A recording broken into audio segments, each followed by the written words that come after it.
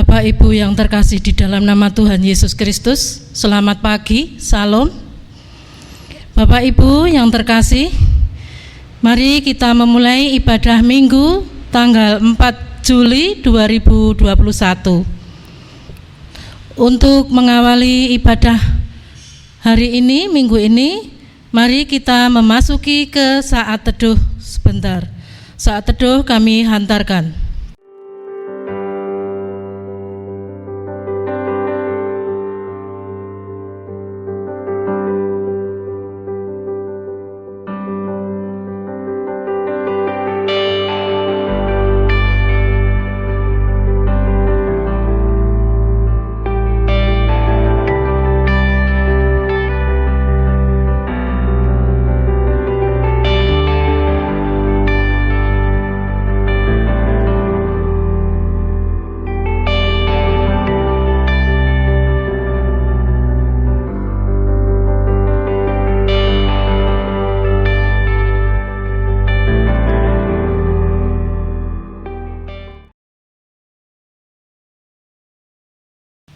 Saat teduh cukup.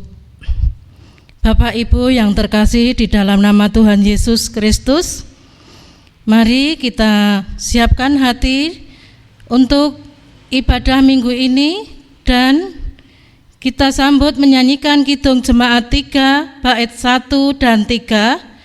Untuk itu bagi Bapak Ibu Saudara kami persilakan untuk bangkit berdiri. Kidung Jemaat 3 bait 1 dan 3, kami puji dengan riang.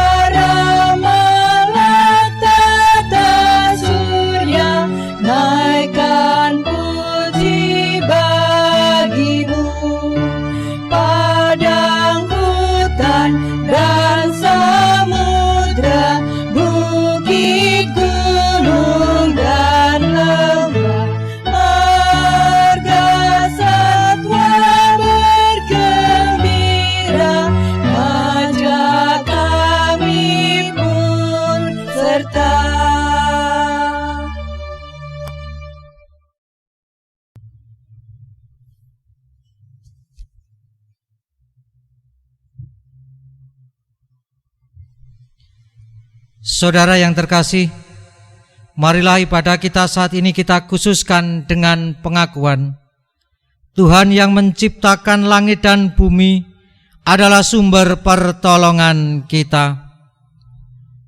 Kasih karunia dan damai sejahtera dari Allah Bapa kita dan Tuhan Yesus Kristus ada pada saudara sekalian. Amin. Jemaat dipersilakan untuk duduk kembali. Saudara, mari kita menerima hukum kasih yang terambil dari Matius 22 ayat 37 sampai dengan 40 yang demikian. Jawab Yesus kepadanya, Kasihilah Tuhan Allahmu dengan segenap hatimu dan dengan segenap jiwamu dan dengan segenap akal budimu. Itulah hukum yang terutama dan yang pertama. Dan hukum yang kedua yang sama dengan itu ialah kasihilah sesamamu manusia seperti dirimu sendiri. Pada kedua hukum inilah tergantung seluruh hukum Taurat dan kitab para nabi. Saudara, mari dengan mengaca pada hukum kasih ini, kita bersama-sama berdoa pribadi lepas pribadi, memohon pengampunan dari Tuhan. Oleh karena kita belum dapat melakukan hukum kasih ini dengan seutuhnya, mari berdoa.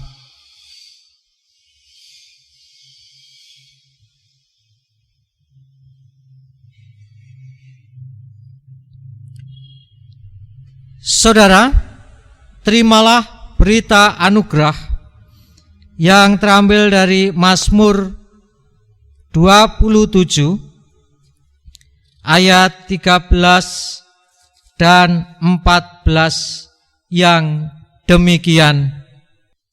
Sesungguhnya aku percaya akan melihat kebaikan Tuhan di negeri orang-orang yang hidup. Nantikanlah Tuhan, kuatkanlah dan teguhkanlah hatimu, ya nantikanlah Tuhan. Saudara, pemazmur mempercayai, pemazmur yakin bahwa Tuhan senantiasa mencurahkan kebaikannya. Kita pun juga harus demikian. Kita harus percaya bahwa Tuhan senantiasa mencurahkan kebaikannya atas kita. Dan marilah kita senantiasa menantikan Tuhan, menantikan pertolongan dan menantikan penyertaan Tuhan.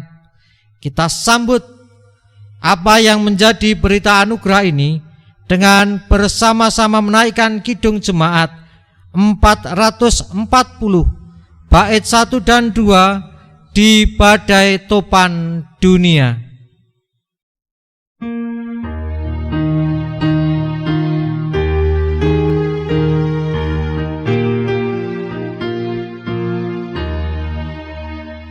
Di badai topan dunia, Tuhanlah perlindunganmu.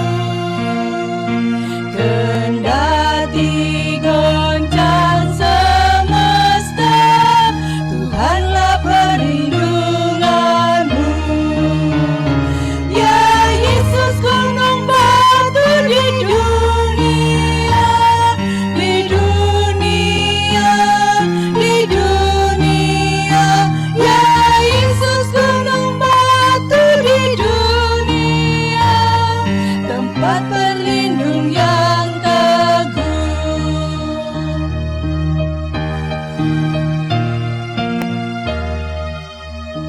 Baik siang maupun malam, Tuhanlah perlindunganmu. Niscaya takut mulanya, Tuhanlah perlindunganmu. Ya Yesus, gunung batu di dunia, di dunia, di dunia. Ya Yesus, gunung batu di dunia, tempat berlindung yang teguh.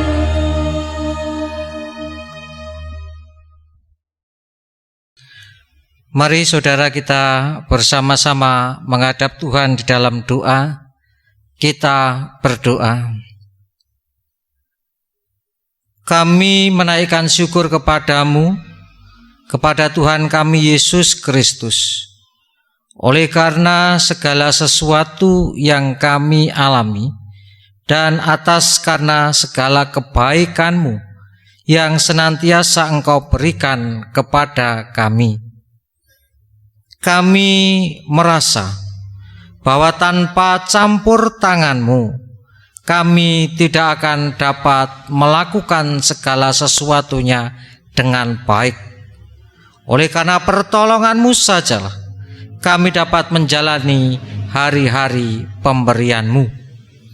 Dan kami yakin dan percaya Engkau adalah Allah yang setia, yang tidak pernah meninggalkan kami di dalam pergumulan dan permasalahan hidup, serta tantangan-tantangan yang harus kami hadapi.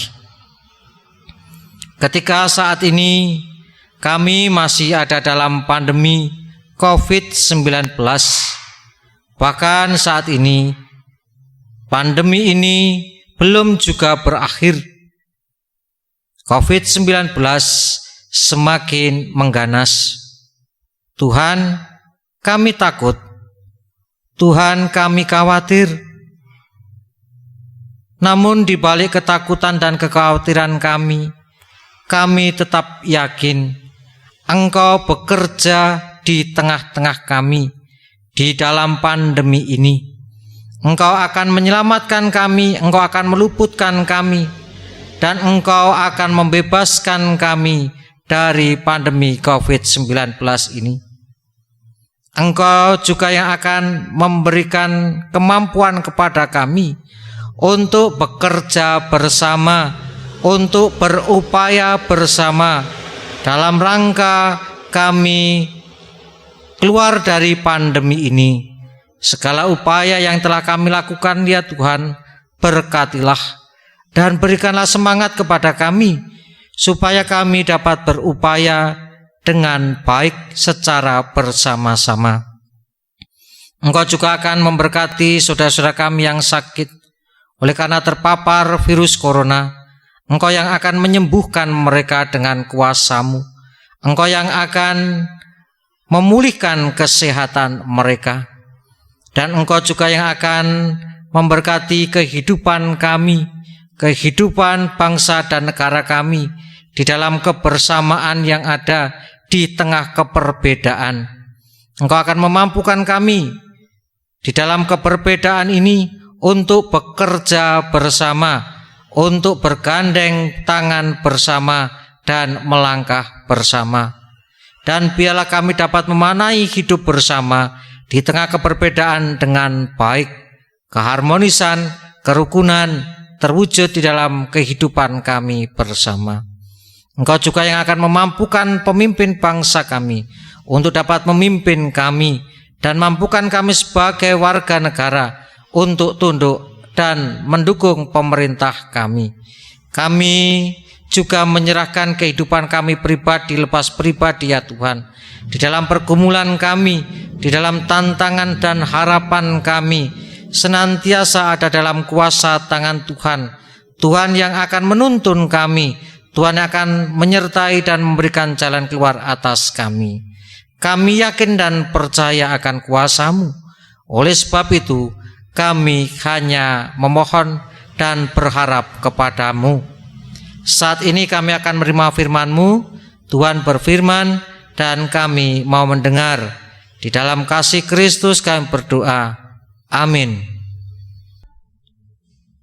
Saudara, mari bersama-sama kita menerima firman Tuhan yang terambil dari Markus 6 ayat 1 sampai 13 yang demikian. Yesus ditolak di Nazaret. Kemudian Yesus berangkat dari situ dan tiba di tempat asalnya, sedang murid-muridnya mengikuti Dia. Pada hari Sabat, Ia mulai mengajar di rumah ibadat, dan jemaat yang besar takjub ketika mendengar Dia dan berkata, "Dari mana diperolehnya semuanya itu? Hikmat apa pulakah yang diberikan kepadanya? Dan mujizat-mujizat yang demikian bagaimanakah dapat diadakan oleh tangannya? Bukankah ia ini tukang kayu, anak Maria, saudara Yakobus, Yoses, Yudas, dan Simon? Dan bukankah saudara-saudaranya yang perempuan ada bersama kita?" Lalu mereka kecewa dan menolak Dia. Maka Yesus berkata kepada mereka, "Seorang nabi dihormati di mana-mana, kecuali di tempat asalnya sendiri, di antara kaum keluarganya dan di rumahnya. Ia tidak dapat mengadakan satu mujizat pun di sana, kecuali menyembuhkan beberapa orang sakit dengan meletakkan tangannya atas mereka." Ia merasa heran atas ketidakpercayaan mereka. Lalu Yesus berkeliling dari desa ke desa sambil mengajar. Ia memanggil ke-12 murid itu dan mengutus mereka berdua-dua. Ia memberi mereka kuasa atas roh-roh jahat dan berpesan kepada mereka supaya jangan membawa apa-apa dalam perjalanan mereka kecuali tongkat, roti pun jangan, bekal pun jangan, uang dalam ikat pinggang pun jangan. Boleh memakai alas kaki, tetapi jangan memakai 2 baju. Katanya selanjutnya kepada mereka, "Kalau di suatu tempat kamu sudah diterima dalam suatu rumah, tinggallah di situ sampai kamu berangkat dari tempat itu. Dan kalau ada suatu tempat yang tidak mau menerima kamu, dan kalau mereka tidak mau mendengarkan kamu, keluarlah dari situ dan kebaskanlah debu di kakimu sebagai peringatan bagi mereka. Lalu pergilah mereka memberitakan bahwa orang harus bertobat. Dan mereka mengusir banyak setan dan mengoles banyak orang sakit dengan minyak dan menyembuhkan mereka." Demikianlah firman Tuhan. Berbahagia setiap orang yang mendengar dan memeliharanya. Haleluya.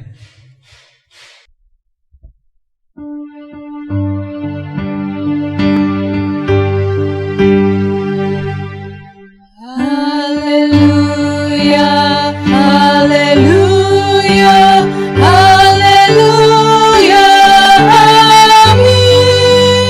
Haleluya, haleluya, haleluya, amin.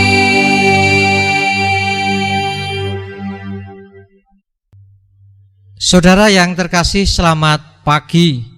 Shalom Aleichem. Saudara, kita tahu bahwa setiap orang memiliki potensi atau kemampuan yang berbeda-beda. Dan potensi yang dimiliki itu seringkali kita gunakan untuk menunjang kehidupan kita. Kita gunakan untuk melakukan sesuatu di dalam kehidupan kita. Namun meskipun demikian, bahwa setiap orang memiliki potensi atau kemampuan yang berbeda-beda, namun tidak dapat dipungkiri bahwa kita ini adalah manusia yang penuh dengan keterbatasan. Kita adalah manusia yang tidak sempurna. Meskipun kalau kita lihat dalam kisah penciptaan, manusia diciptakan sebagai makhluk yang paling sempurna dari ciptaan yang lain. Namun meskipun demikian, meskipun kita sebagai manusia diciptakan sempurna dari ciptaan yang lain, kita tetap memiliki keterbatasan. Kita tetap memiliki kelemahan. Contohnya, Kadang kita merasakan sakit, badan kita sakit, pusing, demam, dan lain sebagainya. Kadang ketika kita berpikir sesuatu, kita tidak dapat berpikir lebih, atau katakanlah mentok, tidak bisa menemukan jalan keluar dalam persoalan. Bahkan kadang kita mengalami sakit hati, mengalami amarah. Itu semua menunjukkan bahwa kita adalah orang-orang yang penuh dengan keterbatasan dan kelemahan. Kita juga butuh waktu istirahat. Malam kita juga tidur untuk mengistirahatkan tubuh kita. Dan itu menunjukkan bahwa kita memiliki kelemahan. Dan wajar kalau kita memiliki kelemahan. Dan kelemahan ini kalau kita sikapi dengan baik akan menjadikan sesuatu yang baik dari dalam diri kita. Kita tidak akan pernah sombong ketika kita mengalami keberhasilan. Kita juga akan ingat bahwa Tuhan senantiasa hadir dan campur tangan di dalam kehidupan kita. Serta kelemahan kita akan membawa kita tidak mengandalkan diri kita sendiri, namun mengandalkan Tuhan dan berserah penuh kepada Tuhan. Saudara, dalam pelaksanaan karya penyelamatannya, Tuhan Yesus tidak melakukan sendiri. Meskipun dia yang berprakarsa, dia yang melakukan, namun Tuhan juga melibatkan para murid dalam karya penyelamatannya. Dalam bacaan kita Markus 6 dikatakan di sana bahwa Tuhan Yesus mengutus para murid, diutus berdua-berdua untuk datang ke suatu tempat untuk mengabarkan tentang pertobatan. Nah, ketika mereka diutus, mereka juga diperlengkapi dengan kuasa atas roh-roh jahat, kuasa atas roh-roh setan. Jadi Tuhan Yesus membekali mereka dengan kuasa yang dapat mengalahkan roh-roh kegelapan, roh-roh jahat. Di samping Tuhan Yesus memperlengkapi para murid, Tuhan Yesus juga berpesan bahwa ketika mereka diutus melaksanakan tugas perutusan itu, mereka tidak boleh membawa apa-apa. Tidak boleh membawa roti, tidak boleh membawa bekal, apapun juga uang. Bahkan tidak boleh membawa pakaian double atau tidak boleh menggunakan dua pakaian. Apa maksud Tuhan? Mereka diutus tapi tidak boleh membawa bekal kecuali tongkat. Tongkat tidak lain untuk memudahkan mereka berjalan ketika jalan yang mereka tempuh adalah jalan yang terjal. Dan tongkat itu biasa digunakan untuk mengusir binatang-binatang buas yang hendak menyerang. Nah, mengapa Tuhan Yesus tidak memperbolehkan mereka membawa apa-apa? Hal itu dimaksudkan supaya satu, para murid menyadari akan kelemahannya. Ketika mereka tidak boleh membawa bekal makanan, tidak boleh membawa uang, bahkan tidak boleh memakai dua pakaian atau pakaian double.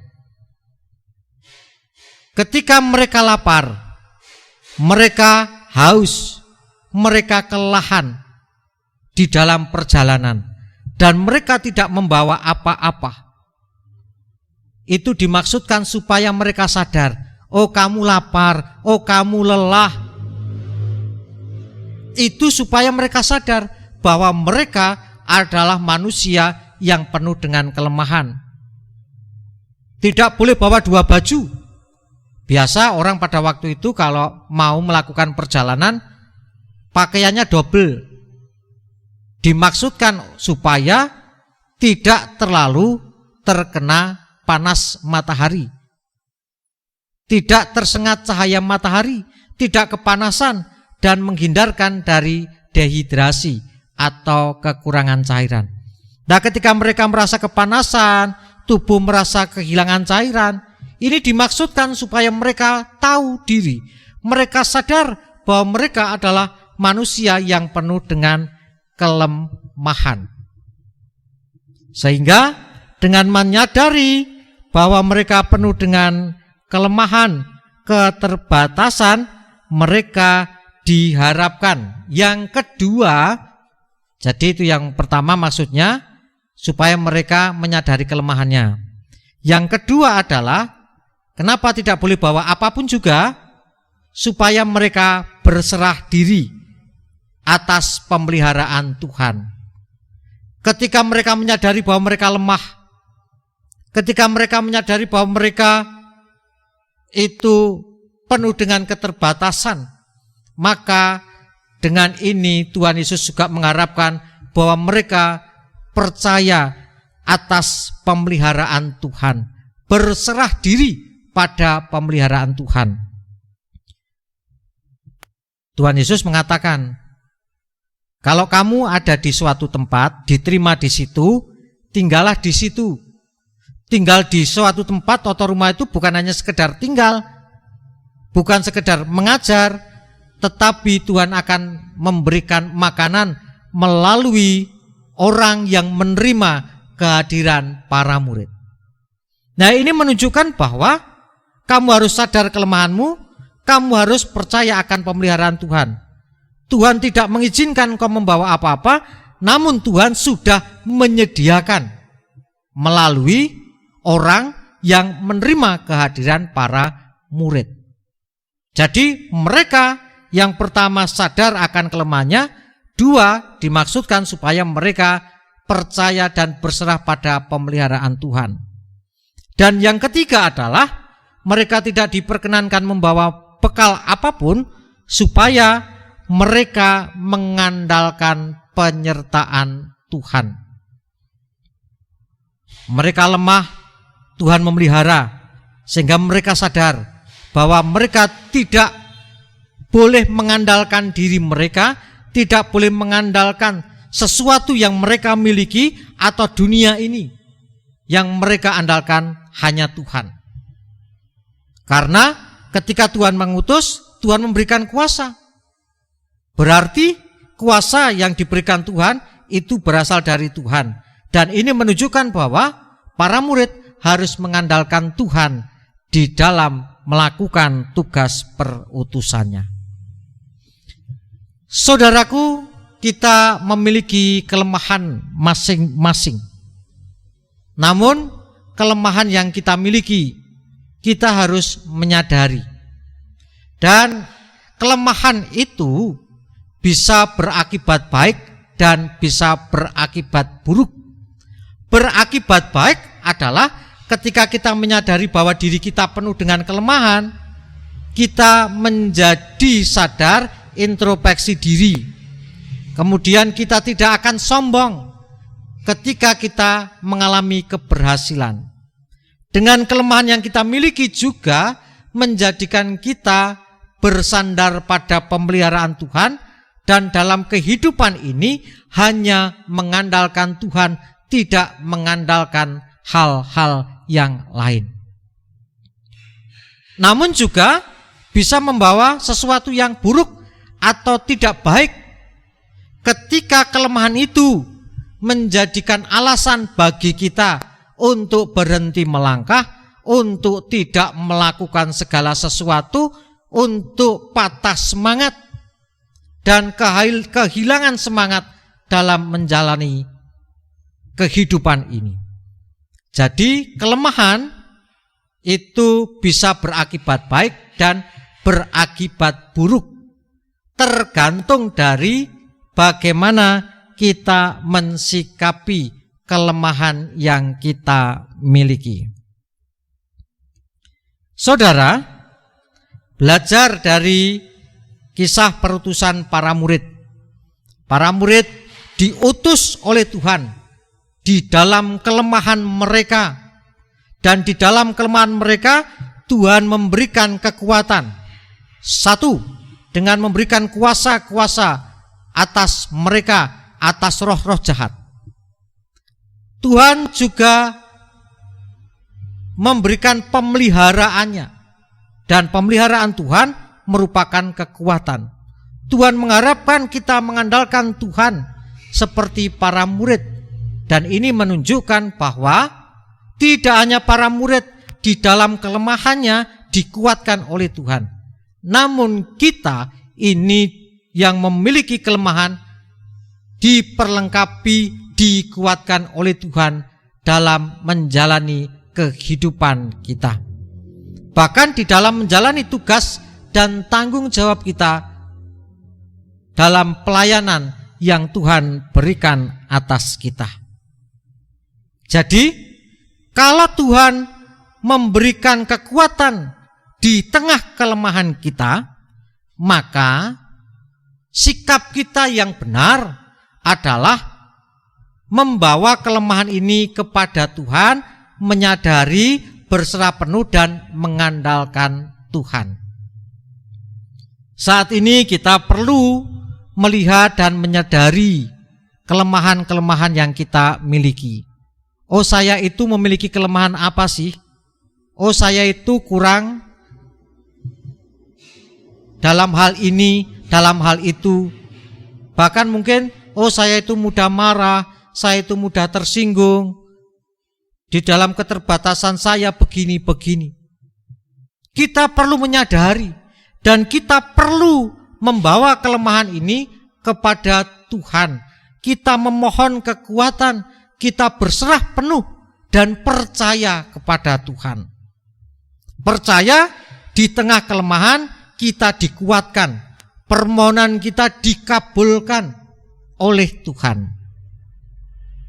Nah, kalau kita sudah berdoa, memohon kekuatan, namun tidak ada perubahan, berarti ada yang salah dari cara kita berdoa. Apakah kita hanya berdoa asal berdoa, atau sudah percaya penuh kepada Tuhan dalam doa kita? Percaya itu adalah mengiyakan, mengamini, yakin itu benar, yakin itu diberikan oleh Tuhan. Jadi, mari kita di dalam kelemahan kita memohon kekuatan dari Tuhan di dalam doa dengan penuh percaya, yakin bahwa Tuhan akan memberikan, maka akan ada perubahan dalam hidup kita. Mari di tengah kelemahan kita jangan dijadikan alasan untuk tidak melakukan sesuatu. Jangan dijadikan alasan untuk tidak melakukan tugas dari Tuhan.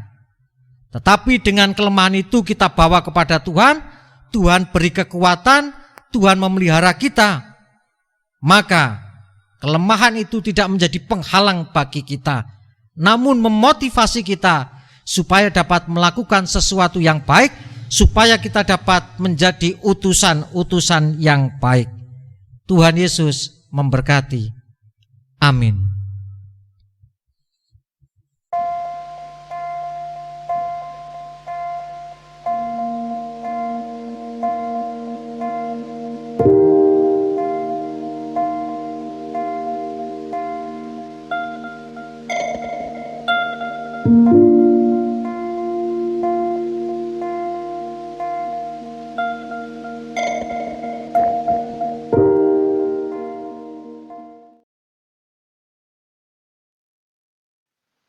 Sebagai sarana untuk memelihara iman, sakramen perjamuan mengandung maksud. Yang pertama, roti dan anggur sebagai lambang tubuh dan darah Tuhan Yesus menunjuk dan mengingatkan bahwa penyaliban dan kematian Tuhan Yesus adalah dasar penyelamatan bagi manusia. 2. Sakramen perjamuan menunjuk dan mengingatkan bahwa orang-orang percaya merupakan keluarga Allah. 3. Sakramen perjamuan menunjuk dan mengingatkan ke perjamuan yang sempurna di surga sebagai kesempurnaan keselamatan. 4.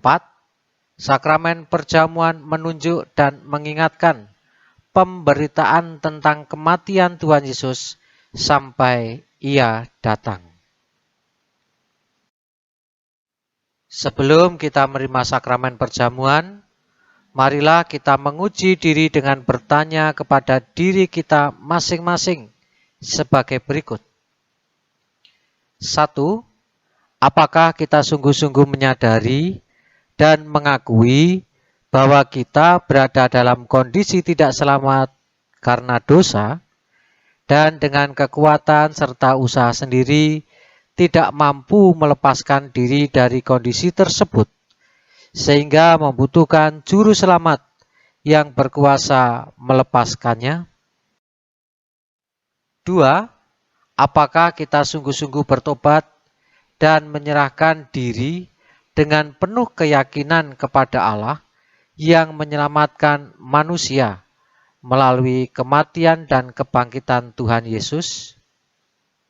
3. Apakah kita sungguh-sungguh bertekad menyerahkan diri untuk hidup sesuai dengan firman-Nya? 4. Apakah kita sungguh-sungguh bertekad senantiasa menjalani hidup penuh syukur atas anugerah penyelamatan Allah? Selamat mempersiapkan diri untuk mengikuti perjamuan kudus pada Minggu 15 November 2020. Tuhan Yesus memberkati. Amin. Saudara, mari kita bersama-sama mengaturkan persembahan kepada Tuhan sebagai ungkapan syukur kita oleh karena berkat penyertaan dan kasih Tuhan yang senantiasa Tuhan curahkan kepada kita. Adapun dasar persembahan terambil dari Mazmur 96 ayat yang ke-8 dan 9 yang demikian. Berilah kepada Tuhan kemuliaan namanya, bawalah persembahan dan masuklah ke pelatarannya. Sujudlah menyembah kepada Tuhan dengan berhiaskan kekudusan. Gemetarlah di hadapannya, hai segenap bumi. Mari kita mengaturkan persembahan diiringi dengan Kidung Jemaat 450 bait 1 dan 2, Hidup Kita yang Benar.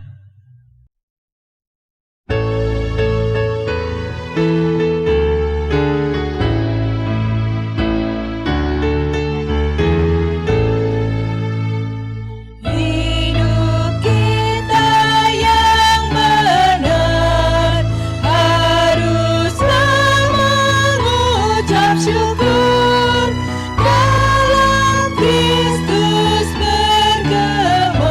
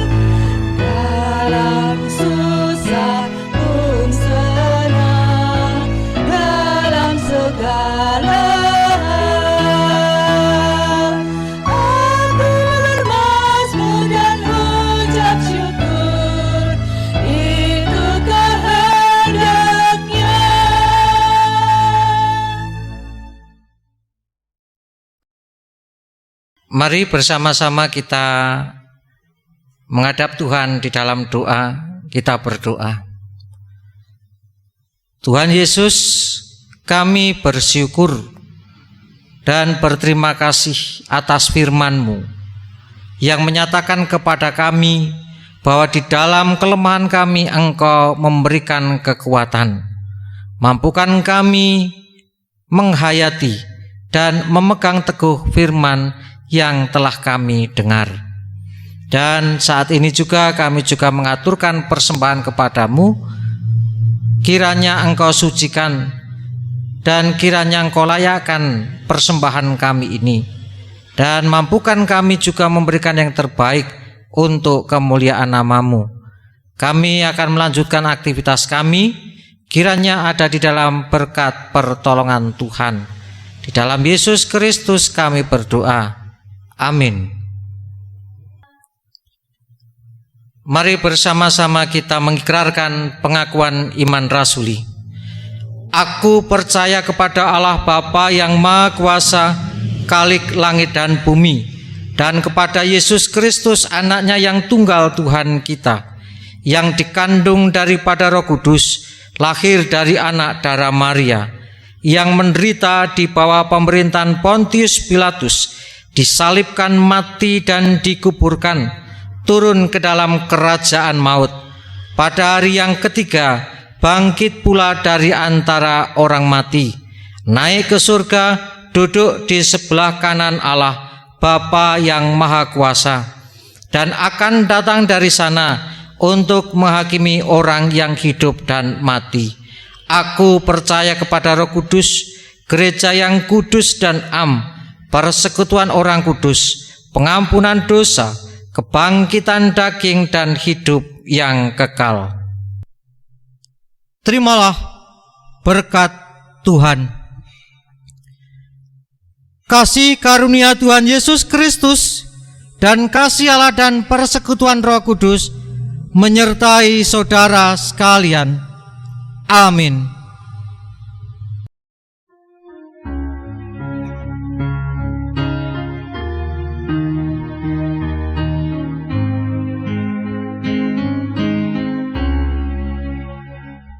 Kekuatan serta penghiburan diberikan Tuhan padaku.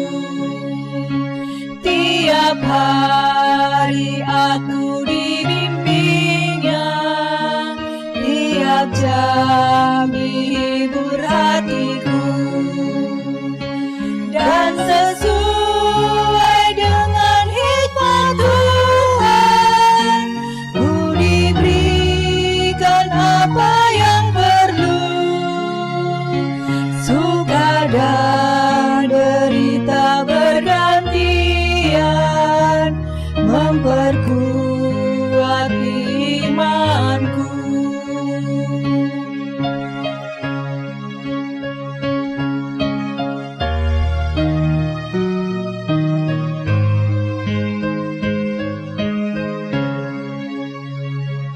Tiap hari Tuhan besertaku, diberi rahmat-Nya tiap jam, diangkat-Nya bila aku jatuh, dihalau